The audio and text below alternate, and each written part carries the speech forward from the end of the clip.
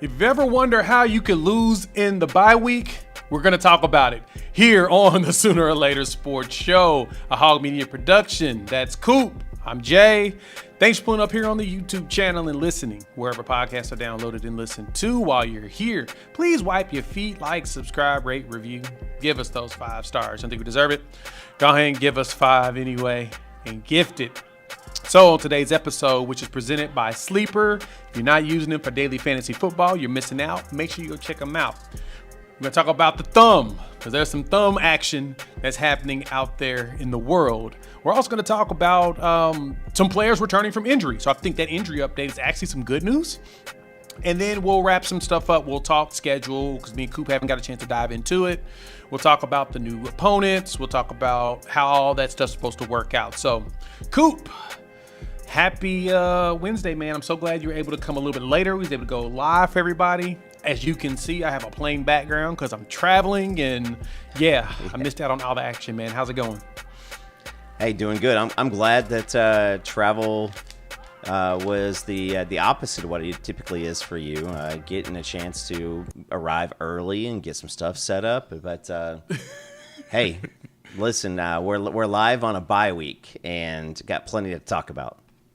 We do. And as the questions are coming in here, yes, we do have the thumb on the pulse here. Mark, we've got a lot of things to really dive into, because when the news dropped yesterday, that's the bad part. I was actually in an all-day meeting. First, I was flew out late on Monday, super delayed multiple times. So it's all right. But then I had all-day meetings, and I'm just like, as I'm finishing up my portion, I'm just kind of waiting around, and we go to lunch, and I look at my phone. I'm like, oh, no. Start to see the text messages come in. Then from there, I look. I'm like, oh, no. Oklahoma put out a statement. And I'm like, oh, no. It just killed me, dog. I don't even know what to think, Coop. I'm just sitting there looking at this. So we're going to dive into we're going to lead off with that. And it's been so hectic for me for the last 2 days that, like, I haven't dropped a video to even talk about this. So this is besides doing Locked On late last night with John, and we talked about it this morning. But me and you, Coop, we got to dive into this, man. It's kind of sad. Thank y'all for joining us. SBC Bates, thank you for the $2 on your way to Iceland. Ooh, y'all give him some audiobook recommendations, because that's a trip. Goodness gracious. And as RDS has to remind y'all, stay in the water. Think we're safe for now, but besides all the craziness though, Coop, where were you when the news came down that our beloved Heisman Trophy candidate, John Mateer, is going to have thumb surgery? You know exactly where I was. And it was kind of a funny thing, so I'll share it with everybody. So we've got kind of a group text going on with some good folks. A lot of the inside stuff comes in and out of there. And I think I said, hey, I'm hearing that the thumb might be a little bit more intense than we originally thought. And I said, obviously he was able to finish the game. And so I kind of gave my bold take that, hey, maybe it's not that big of a deal. Maybe it is. I said, I guess we'll kind of just wait and find out. And then it was like 90 seconds later. I look at my phone again. A couple guys had replied, and then you posted the breaking news from Sooner Scoop. And so we said, well, all right. Oh, no. That wasn't from Sooner Scoop. That was from OU. No, you did the first one from Sooner Scoop. Did I do Scoop first? Oh, I did do Scoops first. Scoop and then was I did first. OU right afterwards. That is true. You're right. Scoops was first, and then because I was listening to their pod like right before we jumped on, and George was talking about about dropping that, and I don't get to listen to the unofficial 40 very often, but they were talking about it. But yeah, then they dropped one, then Nakos dropped one, and so. I recorded a video today that we're going to get edited and sent out, and kind of my take on everything in a more deeper nature. But, hey, listen, I will just say that I think that best case scenario, John Mateer gives us kind of a memorable performance against Texas. Worst case scenario, you get to see some Hawkins action for 4 weeks, and Mateer is coming back for Auburn, or sorry, for goodness gracious, for Ole Miss. So yeah, Auburn's already over. Getting that information was it was a roller coaster. That's for sure. Definitely, yeah. So let's put a pin on that portion of it. We can talk timelines in a second, because I know that's what a lot of people want to know. The biggest thing when it comes to that timeline for him, it's contingent on today. Right now, basically probably a few hours ago, details on how the surgery went, anything that comes out. So we're basically, if y'all want to, feel free to keep refreshing on social media for us and let us know if something pops with any details. But I do not anticipate, getting us hearing much, if you want me to be honest. I don't anticipate us hearing a lot for the next 24 hours, probably not till tomorrow after the surgery's done and about a day of treatment has happened, swelling and all of that. They make a determination at that point. So we're kind of in the waiting and see role, which I hate. But with that being said, for me, I'm going to lunch and looking down like, oh, man. And my phone basically is getting burned through all day because the message is going back and forth, talking to Discords and stuff. And then my phone basically, I got to about like 2% before we finally left all the meetings of the day and dinner. And I got it back to the room and I'm just like, plug in. And I think I'm about to die because I'm exhausted. But on that though, Coop, this is the thing that fascinated me. And this is why I wanted to talk about it again, because as I really dug into this stuff, there was 3 things that jumped out to me. First off, the fact that OU put a statement out. That caught my attention because, yeah, you do have situations where the team will put out a statement or a press release or whatnot when someone's be out for the season or something like that. But the nature of that announcement on a Tuesday like that felt like it was purposeful. It did not feel like it was a scramble. It felt like it was planned. Very much. It felt fully planned, which was fascinating. And then the second thing that was intriguing on all of this was the source off. You had about 4 or 5 different sources, gives you 4 or 5 different timelines and ideas. The last thing that really jumped out to me in all of this was after you see these source offs and you see Oklahoma actually put out an official statement on it, you start seeing the comparisons of other injuries similar in timelines. So I say that specifically, and again, thank y'all for pulling up. Hit the like button if you're new to the channel. Subscribe, rate, review, give us 5. I say that because it feels like this was very calculated. Very much. And that's why I say it. And if it's this calculated, there has to be a legitimate plan of action for him to return as soon as possible. Like right now, he's pulled off the Heisman Trophy number. And for the uninitiated, Mateer hurt his thumb on a pass in the first quarter? Yes. First quarter. One of the first drives. He threw the pass deep to Satania. He missed Satania. And he had his thumb like tucked like this or something like that. And he hit, or inside of like something weird. Something weird. You just see his thumb sticking. But yeah, he hit the edge for Auburn, Falk, on his arm.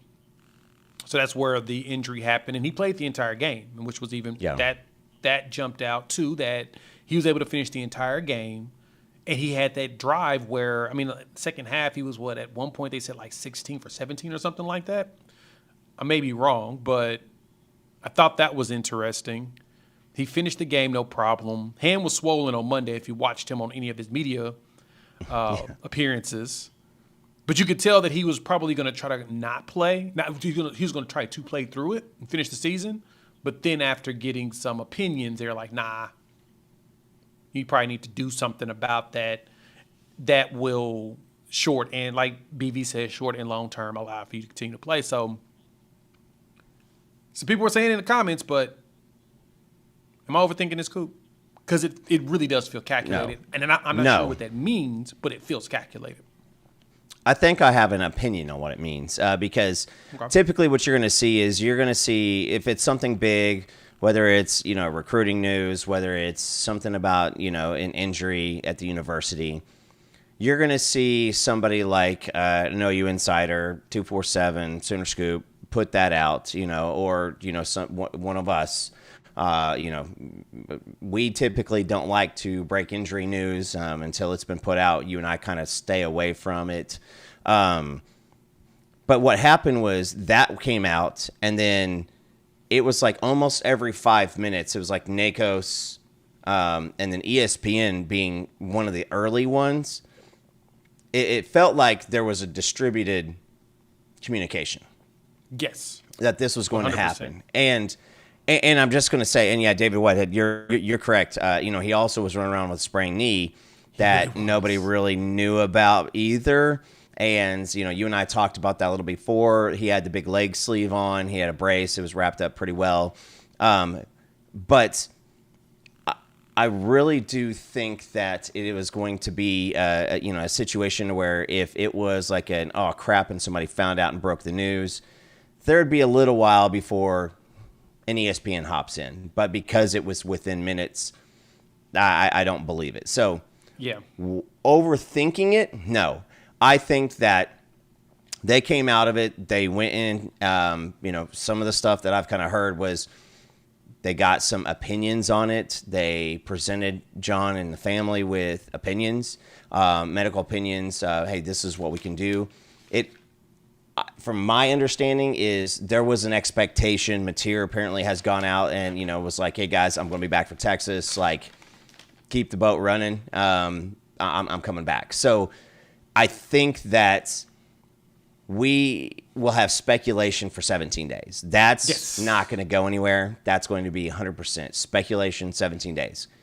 Where I'm saying for you fans out there, I would say I'm less likely, and don't let PTSD over 2024 affect this, because I really think that they got some assurances. Like, if everything went spectacular, could he play on October 11th?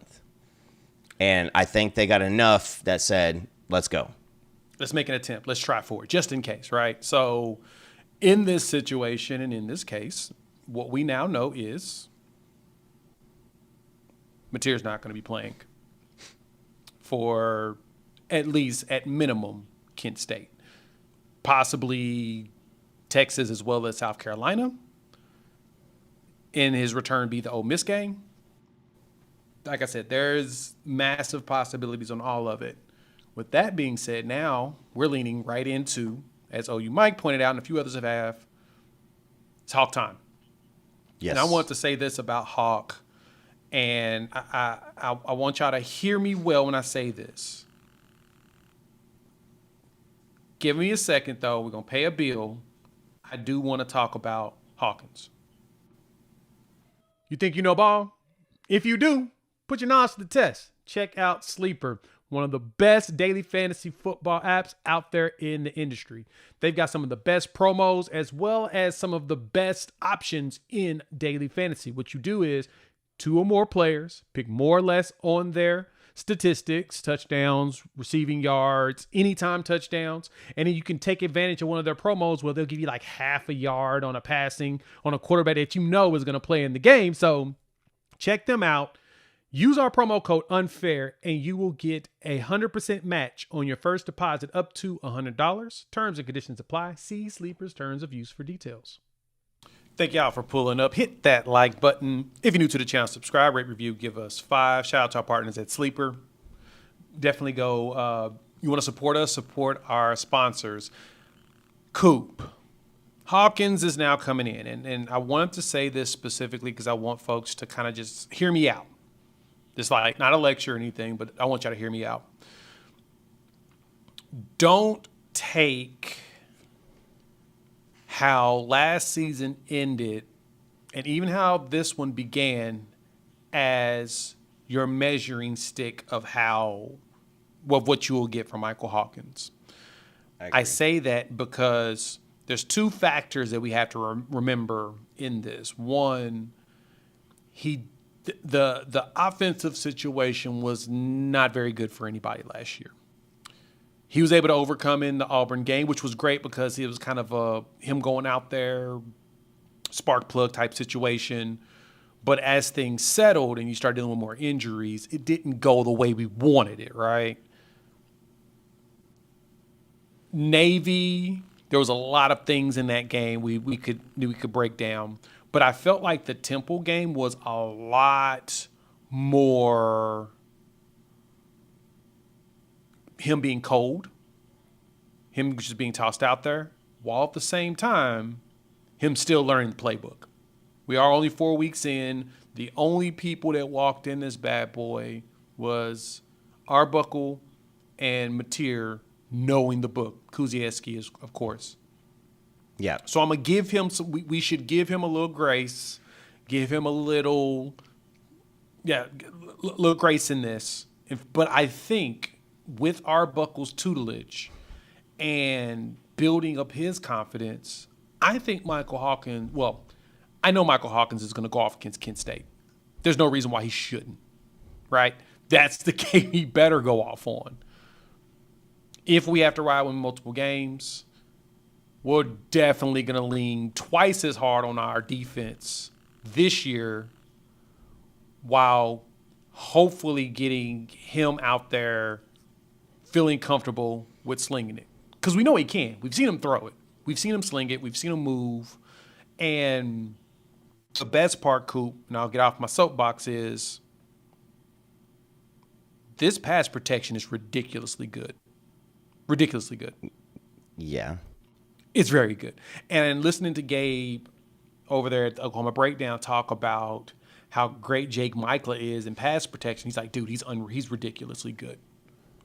And so, like, his advice to the guards is go help the tackles, help each other interior. Yeah. Michaela can handle himself. Just make sure you don't let free guys go.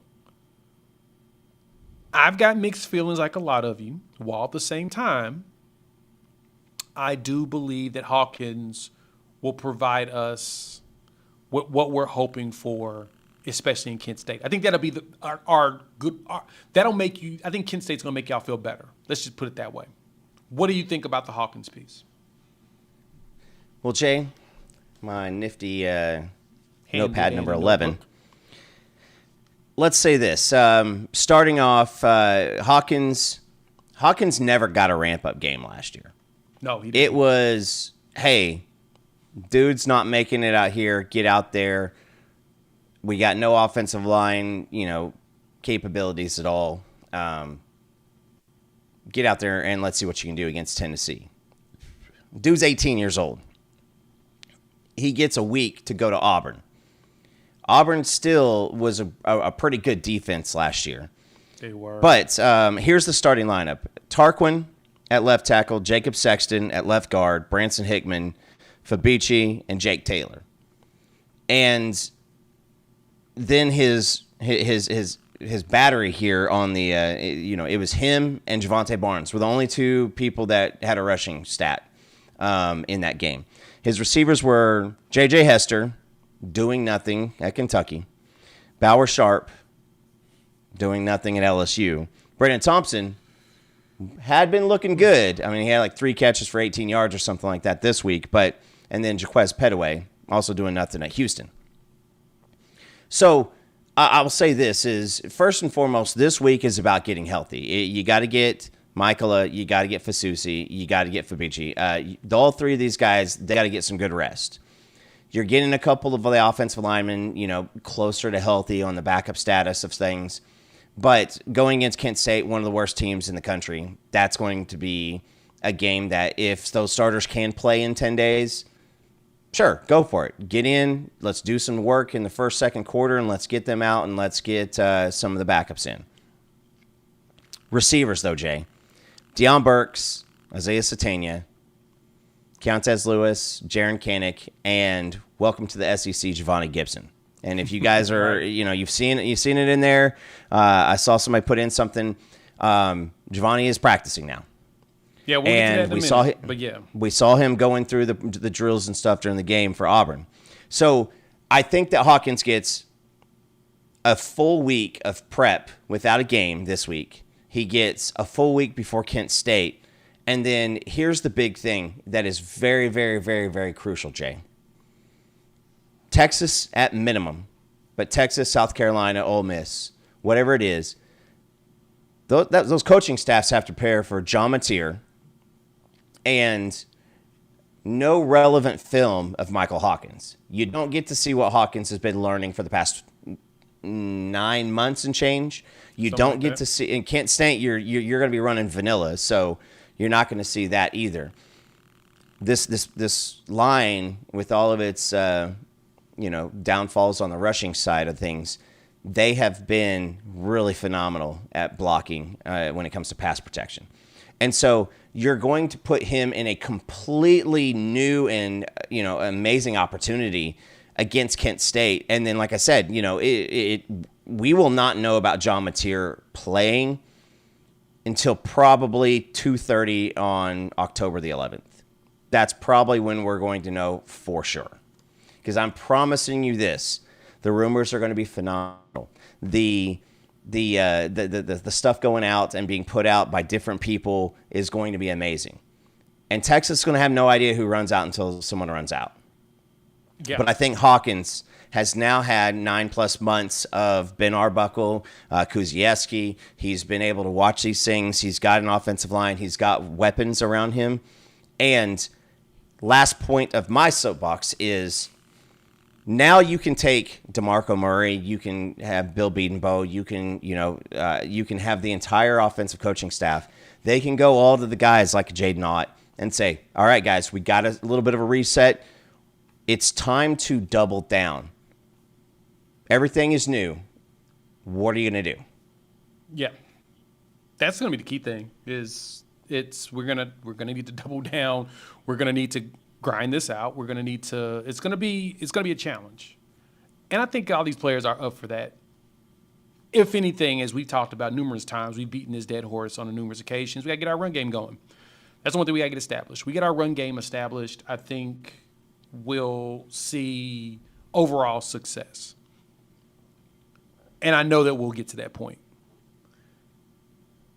Because I think to me, it feels more scheme than anything. And Arbuckle's done a fantastic job of just developing quarterbacks. We have the proof is in the pudding. That's the piece that I didn't even touch on. Right. Is the absolute just joke of an offensive coordinating staff last year versus Arbuckle. Buckle knows what he's doing when it comes to that. So now we talk about that. It's going to be we're going to lean heavily in on, like I said, Michael Hawkins. The run game, though, is the one thing I'm thinking we're going to have to do. And I want to talk about that real quick. And then we're going to talk about these injury updates. We'll talk about Giovanni as well as Eli, because I think that they both deserve, some conversation. But so Hawkins will be playing. You'll have a week to get everybody else healthy. I'm expecting Fasusi to be ready. But you probably don't play him against Kent State. You let Logan Howland get his reps. You, depending on Michaela, heck, you may actually let Owen get some reps, but you're probably going to play Michaela just to make sure you can get the big lead and then bring in young players. And then anybody else that's dealing with ailments, you'll probably sit them most of the game. That way they can, like I said, start feeling better. But we got to get that run game going. And so that's where this conversation comes in, as everybody's mentioning in the comments. Literally, this question comes out every week. What's up with Jay Knott? None of us know really what's up with Jay Knott. There's rumors flying from him still being injured to him not adjusting. You saw Mateer's comments of just trying to get him going. BV said the same thing. you're going to keep hearing that nonstop. To me, shout out to our guy Brig. Put his butt on the field. I want Jay not. Get him on the 100%. Field in Kent State. You make it happen, or we can both move on. Because then if Kent State's a game where he just can't get it going, it's just not going to work. And, it happens. Duds happen in life. You're not going to be perfect in your picks of players ever, recruiting, anything. We just need to go and make sure that we push. We need to get going. I don't think Torrey needs to get going too much more, but you'll probably play him a little bit. But I think and any other backs that are healthy needs to get going in that game.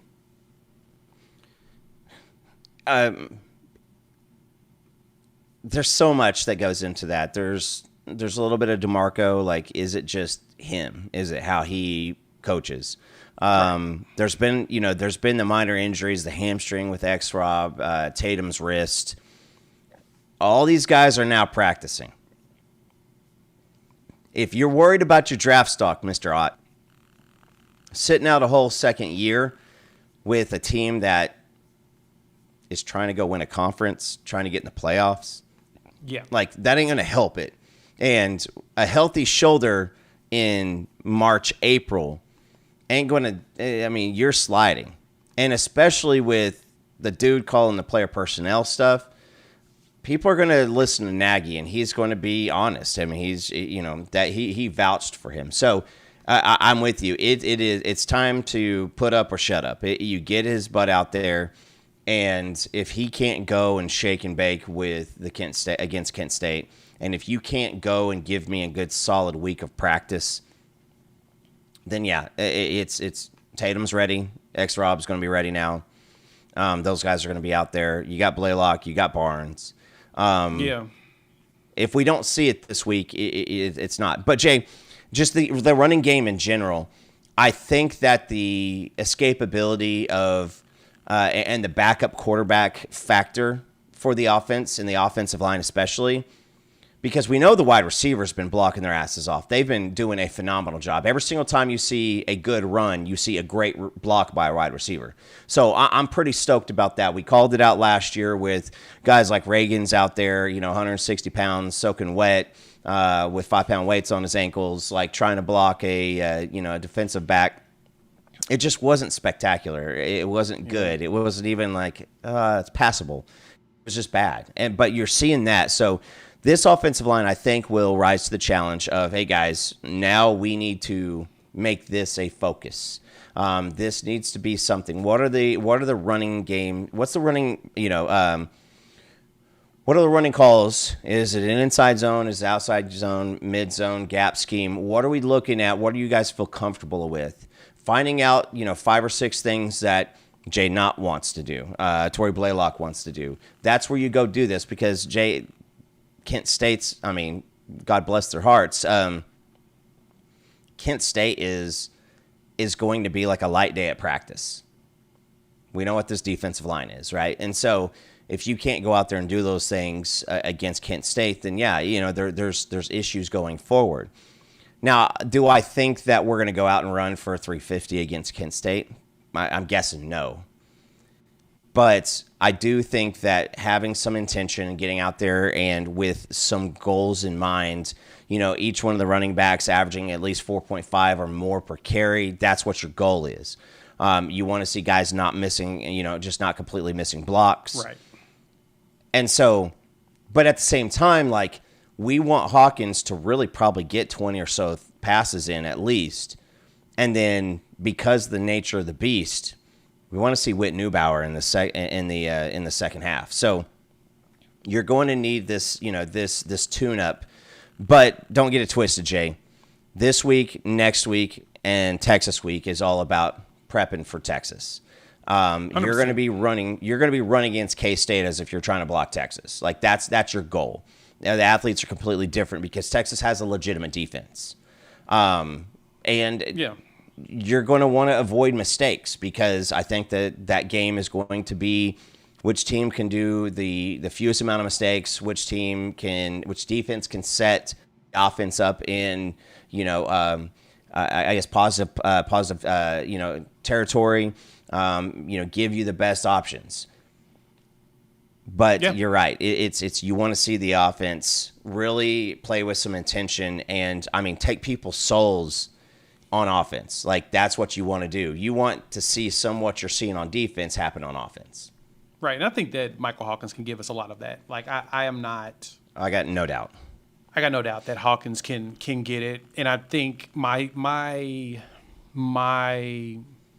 confidence in Hawkins leans heavily also into the fact that Ben Arbuckle is going to be the one leading him. So, yeah. Okay. We got more things to talk about. Let's jump into here, Coop. Let's talk about these injuries. Let's pay these bills first. You think you know ball? If you do, put your knowledge to the test. Check out Sleeper, one of the best daily fantasy football apps out there in the industry. They've got some of the best promos as well as some of the best options in daily fantasy. What you do is 2 or more players, pick more or less on their statistics, touchdowns, receiving yards, anytime touchdowns, and then you can take advantage of one of their promos where they'll give you like half a yard on a passing on a quarterback that is going to play in the game. So check them out. Use our promo code UNFAIR and you will get 100% match on your first deposit up to $100. Terms and conditions apply. See Sleeper's terms of use for details. Once again, thank y'all for pulling up. Hit that like button if you're new to the channel. Subscribe, rate, review, give us 5. I see y'all in the chat fighting with the industry troll. Never feed the trolls or avoid it as much as possible. I do. Like I said, I don't even see any of them. Thank goodness. Injury updates. You mentioned it earlier, Coop.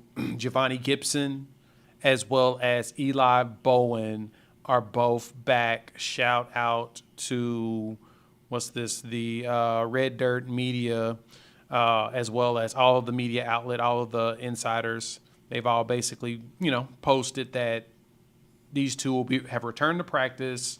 So you'll get Eli Bowen on defense. So you'll get another experienced corner. I know Kendall Dolby has been getting back into the groove. Then you get Giovanni Gibson at the wide receiver spot. And then, as you mentioned, Coop, Tatum is expected to be out there playing again, is out there practicing, which that's a plus. Yep. X-Rob's hamstring looks solid. He's back practicing. So it appears that we're starting to get healthier at the right time. And honestly, this goes back to what I talked about before about the optimal spots of our bye weeks and stuff. Like, this 5-game stretch is going to be bananas. You got Kent State, then Texas, travel to South Carolina, Ole Miss at the crib, and then you travel to Tennessee. Like, it's going to be a 5-game gauntlet. But then you get a break once again before you go to Bama and then back-to-back home games, which always helps to wrap the season up. And as we're waiting to see what goes on with Mateer, I think this Giovanni Gibson news is going to really help. It's going to really help Hawkins really get himself going. We've got the good blend between Satania and Burks. You got a good blend of your speed inside guys.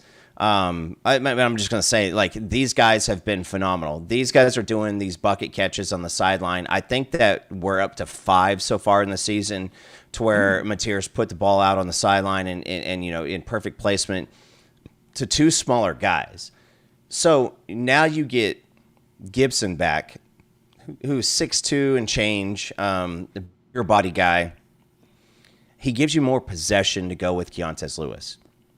On top of that, you also have Jaren Kanak still leading the nation in receiving yards for a tight end. So where I really get excited with this stuff is, it adds another weapon. You get that rotation in there, and we heard all of the hype in the offseason, in the spring with Giovanni Gibson.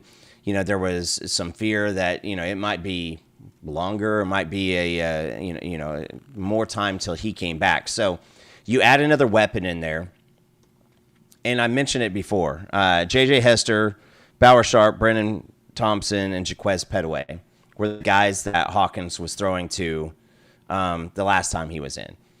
And so you got, obviously, these are better weapons. I'm really excited to see just the when you blend in the capability of Michael Hawkins taking off and running, because it's different. Mateer is going to grind out yards. He's going to find the spaces. He's going to find those types of things. Hawkins gets loose once or twice, and then all of a sudden you've got somebody dedicated to him, and you get in that +1, running game. But also the options that you have with, the sweeps, the speed sweeps that you could run, where you have faking Satania or Burks coming one way. Defense has to check for that. You have maybe a speed option type of an opportunity, or a speed RPO with a belay lock or a Tatum, running out the opposite way. You've got Kanik, who takes who clips somebody and then leaks out. And then you also have crossers with the faster Satania and Burks. I think that you end it with a nice one-on-one on the outside with Javonte Gibson. Again, pushing 6'3", bigger body dude.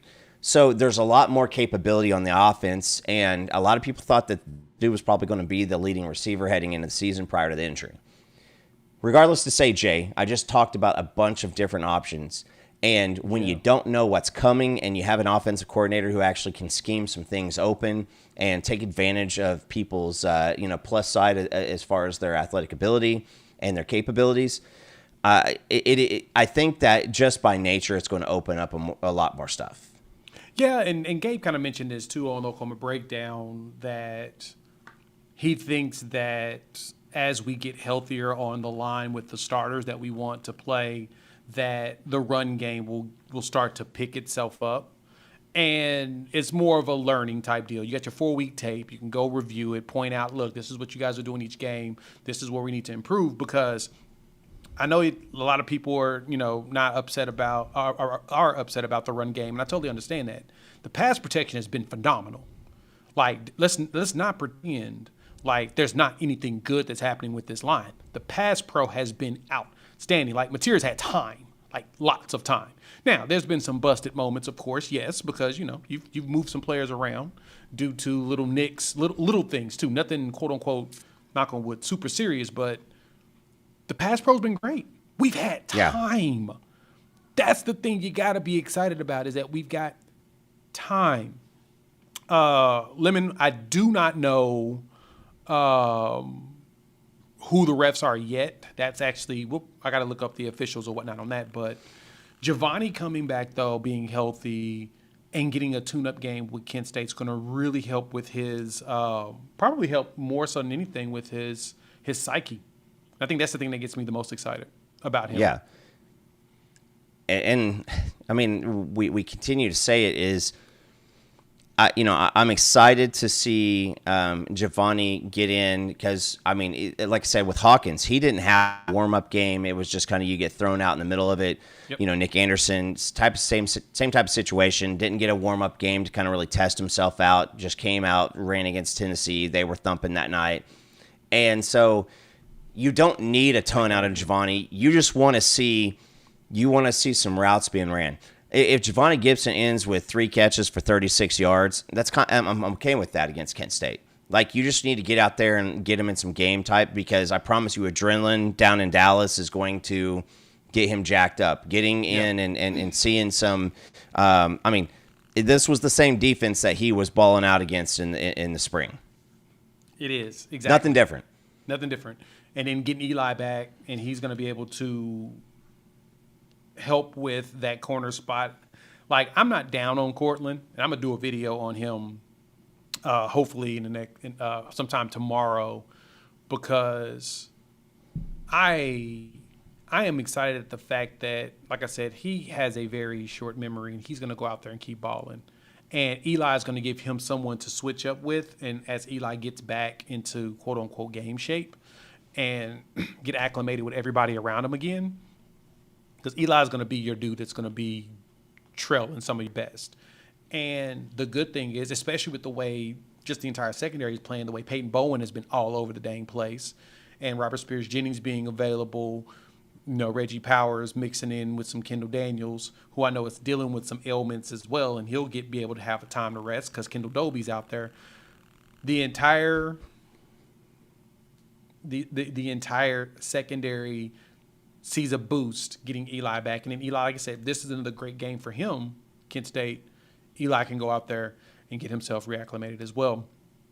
But lastly, though, as everybody keeps mentioning, thank you, Lee, for Lee Bird. Thanks for the $2. Canick is that dude. Canick, he that dude. I saw a clip where everybody was kung fu fight, like right when he makes the kick, and it just made me laugh. Guys, I don't know if I wish that we had one more year at Canick. I just wish that we got another one because I think that with the failure at linebacker, he's going to go down. He's going to be remembered for the next 10, 15, 20 years. But having him for 2 years would have been a spectacular, journey for all of us. I think Gabe had mentioned that he wanted to see him hurdle some guys because they've been going for his thigh pads. And he got him karate kicking somebody in their chest. He's Jackie Channing some folks, and it was funny. It was really, really funny. Quite hilarious, yeah. But what's crazy about this, Jay, is Canick's still learning the dadgum position. Like he still makes some mistakes where you're like, dude, there was a pass where he ran out to a zone and he didn't stop in the stop point.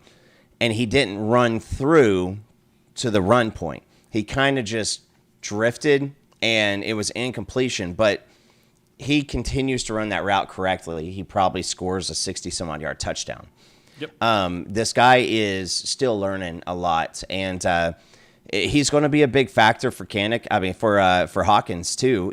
And just everybody going forward, because again, when you have a little bit more of an intense running game, and you have some more threats on the outside, that opens up the middle. And it doesn't matter whether it's Mateer or Hawkins, somebody has to account for both Canick and the quarterback. And so I'm here for more Canick action. I would like to see him get about 8 catches for 90 yards or something like that and pad that stat. But if I would have told anybody in the chat if that Canick, midway through the season was the odds-on favorite to be the all-SEC tight end. Again, padded room, straight jacket. There's the ninja kick. I don't even know what I don't even think it was a ninja kick. I don't think that he knew what was happening. I think he jumped and then it was just like, now what? Yeah, I think I'm jumping too early, and then he figured out, I did probably jump too early. But yeah, no, you want Canick to get some action in Kent State too. And Gabe mentioned it. I agree with them. I want them to make some design plays to Canick. Let's get him out, and don't make him a safety. No, don't make him the guy you dump to, as a safety blanket. No, make some design plays for him. So we'll see. I think that they will figure that out. I'm pretty excited about the direction that Arbuck was going with the offense. And like I said, this injury report makes me excited that Kent State's going to be a great, because we'll get this whole week all the way through next week, and then we'll get to see him next week against Kent State. We'll be able to see what this offense potential truly is, because we'll get way more players to play. So shout out to David Chamberlain. Thank you for the $5. Everything will be okay. Hawkins is a baller. Every goal is still achievable. Stay positive, one game at a time. Exactly. They look at it one game at a time. We look at it one game at a time. So, Coop, it's time to talk a little bit about schedules, because the schedule came out. This bad boy has dropped. So we're going to dive into it. Thank y'all for pulling up. Please hit that like button if you are new to the channel. Subscribe, rate, review, give us 5 stars. Let's take a gander at Oklahoma dropping this. There is no update on Mateer yet. We probably won't hear anything till tomorrow.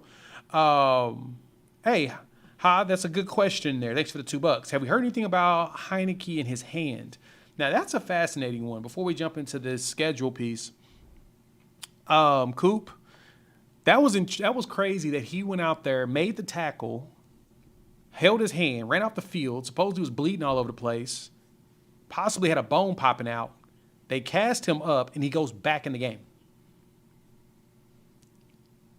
It just means more.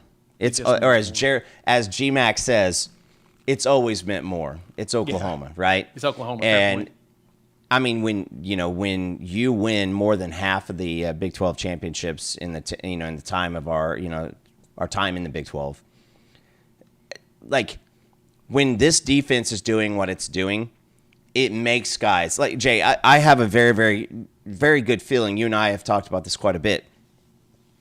Eli Bowen's coming back, not because it's the right thing to do, but every single dude that's playing on this defense is getting mentioned. Yeah. Every single guy that's participating in this defense is getting mentioned.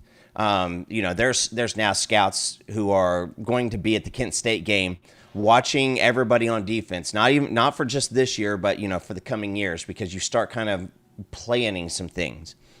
Owen Heineke is one of those reasons. I mean, Owen Heineke and Jaron Kanek are the two, like, bless your heart stories that have turned into, no, they're dudes. And, way back in early 2000s, same thing with Rocky Kalmus. Rocky Kalmus went out, broke his hand, cast it up, and I believe he had a pick one game with a broken hand. And I can't remember who it was against. Maybe at Kansas, I'm not sure. But still, like, big, goofy, lumbering white linebacker with a club. And so you hear things like Ronnie Lott, broke his finger and was it like bit it off or something, like mid-game, wrapped it up and went back out and started playing. Like, this is the type of mentality that these guys have. They want to go out there. They want to participate. They want to, bleed for each other. And they're having fun, Jay. And that's what we talked about it on, I think it was in our Discord. This defense not only knows that they're good, but they're almost like, please run a play against us. Yep. I bring up the Kendall Daniels. There was a 4th and 2 where Auburn got up and tried to draw us off sides. Yep. Got up, and Kendall Daniels is up there, and he's going like this. Like, he is like, bring it. He's like, you're not going to do it. You know that you don't want this heat.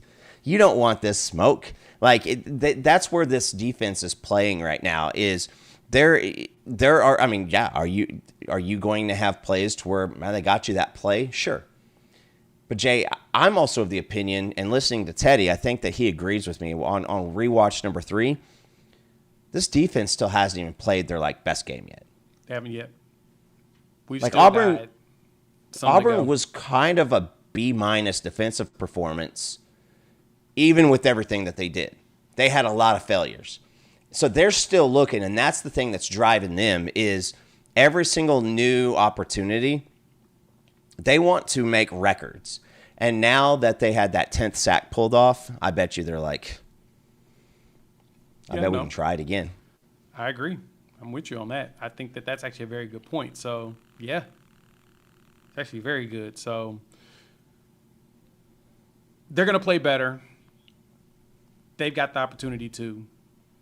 And they've got to just not miss on certain things that they were missing on before. And I think they'll stop at this point. I think we'll see them, like I said, they'll take that 4-week film, go through it and figure out where they were missing on stuff and say, hey, this is where we need to improve. And so the good thing is we've got bye weeks built in. It's going to help with that. So, all right, let's look at this schedule before we get out of here. Thank y'all for pulling up. Hit the like button. New to the channel, subscribe, rate, review, give us 5 stars. Shout out to our sponsor over there at Sleeper. Check them out. Use our code UNFAIR. They're going to hook you up with a 100% match on your first $100 deposit. Just use our code UNFAIR. So what we got, Coop? So 2020, for the next 4 years, as we all know, Ole Miss is one of our opponents. We already figured that part out. They gave us Ole Miss with Missouri and Texas. And, of course, a lot of people aren't really feeling it. Lane Kiffin had some things to say on it. He's like, there's really nothing to it. Like, why? That's kind of surprising that it's Oklahoma. We don't really have a rivalry, blah, blah, blah. I'm paraphrasing what he said. And, I mean, I totally understand why he said that. Mainly because it's like, yeah, why Ole Miss? I think they did it more so It's a just pick something different for us because, geographically, A&M would have made sense because of the old Big 12. But your problem with that is A&M already has other teams that they need to have in theirs, right? They've got Louisiana, Texas, and Arkansas, which are teams they are rivals with. Arkansas has the team north of them, south of them, and then Texas, in which they've been a rival with Texas for years from the old Southwest SWAC, Conference. Yeah, Southwest Conference, the old SWAC era, but they ain't played but twice in the last 30 years. Now we're finally back to it, right? So because of that, we just kind of got left on the island of where we can get picked on this first iteration of this. So I understood the Ole Miss pick. But what really got me is who we actually playing, though, Coop, on the schedule. So 26, Kentucky, South Carolina, and A&M come to the crib. Yeah, So we get South Carolina. We get them at another year. Ole Miss comes back, so they'll be in Oklahoma back-to-back seasons. That was odd to me, but whatevs. Then we travel to Florida, Georgia, and Mississippi State. So we get some pretty cool places to go. Like I wouldn't mind going to Stark Vegas and hearing the Cowbells just because it's different. But of course, going to Athens is going to be legit. Same thing with going out there to the Swamp. We get that action, but you also get you get Kentucky, which everybody wants. But the A&M one, woo. That's going to be a tough one. And what Levy's doing in Mississippi State is going to be interesting. But the way they're doing it, though, instead of you doing it back-to-back years of flipping, the next year it's the other teams that you didn't play in a home and away setup in 27, which that's where Bama comes to town, Arkansas comes to town, and Tennessee comes back to town, which is from 2 years later, a flip. And then we go to Auburn, LSU, and Vanderbilt, which is a flip from this year. Then 28, you get 26 flip, and then in 29, you get 27 flipped. That, to me, is intriguing how they did all of that. And honestly, I actually like the schedule. What'd you think about it when you saw it? I'll go Lane Kiffin first. I agree with him in principle. Why? This has nothing to do with it. I think that there's a lot of why would you give us Oklahoma? Mm-hmm. Here's the thing, Jay, is Ole Miss and Oklahoma, they're not battling out for very many recruits. Nope. We were going to get them 2 years in a row regardless, and then they forget about it, and then 2 years, then forget about it. Yep. But now you're playing Oklahoma every single year. So I think that, number one, he probably wanted a Kentucky. He probably wanted an easier game. Number two, if you play Oklahoma every year for 4 years, now all of a sudden these recruiting battles that he's trying to fight off other teams for, now you add another team in there that's going to be speaking to the same kids, because you can say, hey, man, we play Ole Miss every year. We're going to play at your house twice, play at our house twice. So why don't you come check out Oklahoma? Now, Lane has been doing better in the transfer portal than he has recruiting, and it's not because, it's not by design. That's where they've been able to go and be more successful. But at the same time, I just say this, is I think that there was a lot of sour grapes there because he did not want to fight over recruits with Oklahoma also, on top of Alabama, Georgia, etc. Hey, man, this is just something new. I'm glad they only put it out to 2029 because, Jay, if you talk about play-ins in 2030, miss me with that because, I'm not going to believe you for one iota. And I know 2030 ain't that long away. That's 5 years, but if my math is right. But I'm just saying that college football is changing so quickly and so frequently. This is good for the next couple of years. But now, as a fan, you got some visits lined up. I know that I'm trying to go to Ann Arbor this next year. I think we're all trying to do that. But, yeah, getting a chance to go, all right, well, let's go check out Vanderbilt, or let's go check out, I've never done the Kentucky game. And, you get a little bit later in the year, maybe you can go catch a basketball game too, because Rupp Arena is, that's one of the, best places to play in the country. Yeah, it's legendary. It's got so much history. So I think that these are really, really cool things. Man, obviously the Texas game is going to be there. The Missouri thing, just kind of, it is what it is at this point. Like, you're forcing the issue, but this is why we came to the SEC. I do like the fact that we're guaranteed 4 home and 4 away no matter what.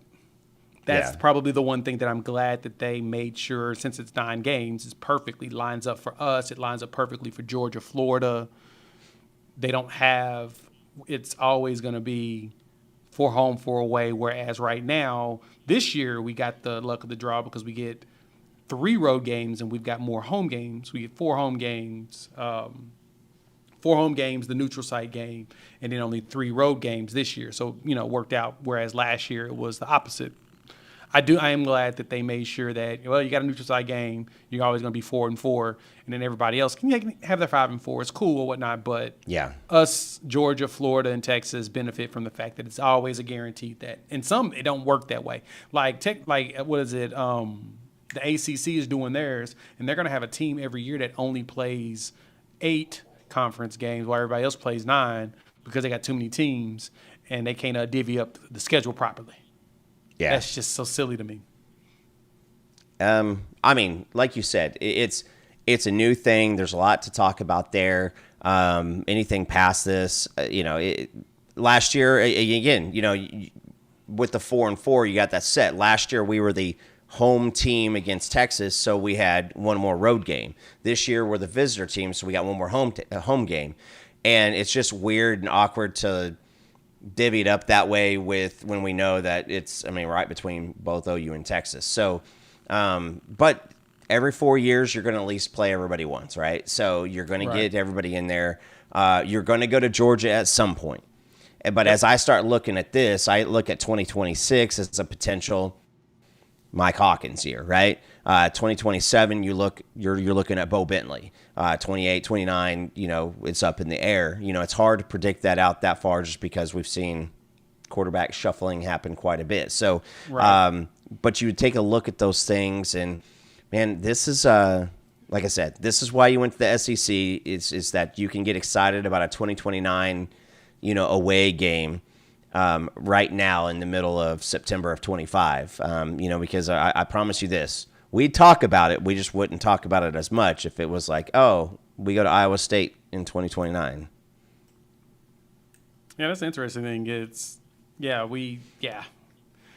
And I'm glad it's only 4 years, and I'm glad that at the 4th year they'll reevaluate it, which, as you mentioned before, the reason is because college football is changing so much. It makes 0 sense to try to line this up right now when in all actuality things are probably going to change within the next 2 years. There may be a big change. Actually, whatever change comes through will most likely come through and change right after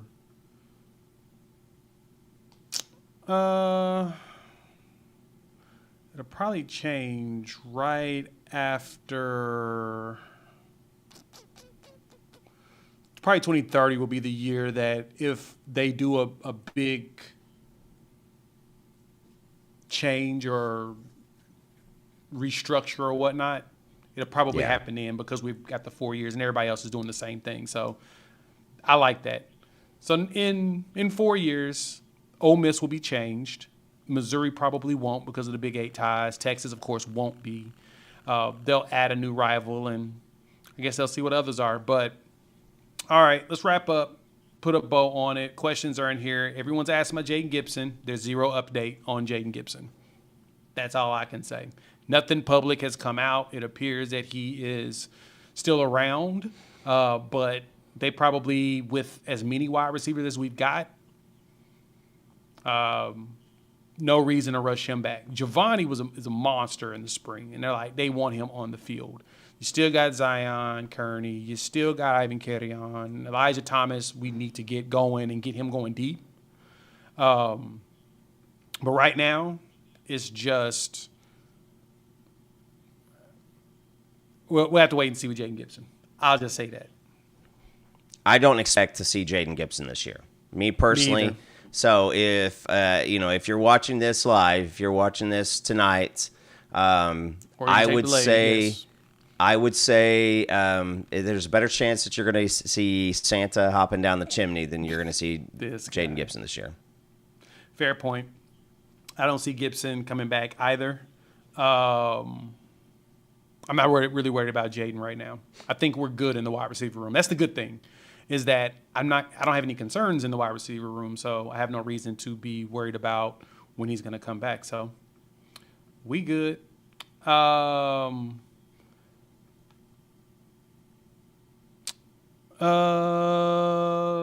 are Gundy's chances in the portal? Reasonable backups? The thing is that you can't, if you get anybody out of the portal that's in the portal because their coach is gone, they can't play this year. So it doesn't really matter. So truth be told, I wouldn't touch a single one of them. Listen, whatsoever.